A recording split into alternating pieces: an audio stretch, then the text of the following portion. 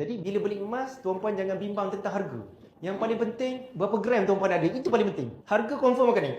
Tuan-puan tak baca data ekonomi pun tuan-puan tahu roti gardenia confirm akan naiknya. Jadi tak perlu bimbang. Sebab tu saya sebut, jangan tengok harga bila beli emas. Kalau beli emas public gold beli emas lain kena tengok harga. Sebab apa?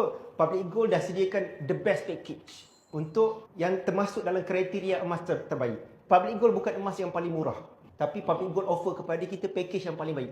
Sebelum Tuan Aziz Ali pakar keuangan, sebelum dia kenal public gold, dia selalu menabung emas, dia beli di bank. Dia beli emas bukan sikit-sikit tuan-puan, Tuan Aziz Ali. Tapi bila dia kenal public gold, dia tak beli dah dekat bank.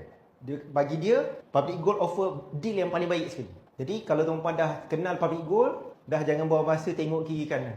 Fokus public gold saja. Kalau nak beli emas, tuan-puan boleh beli dekat mana-mana. Kedai emas, boleh.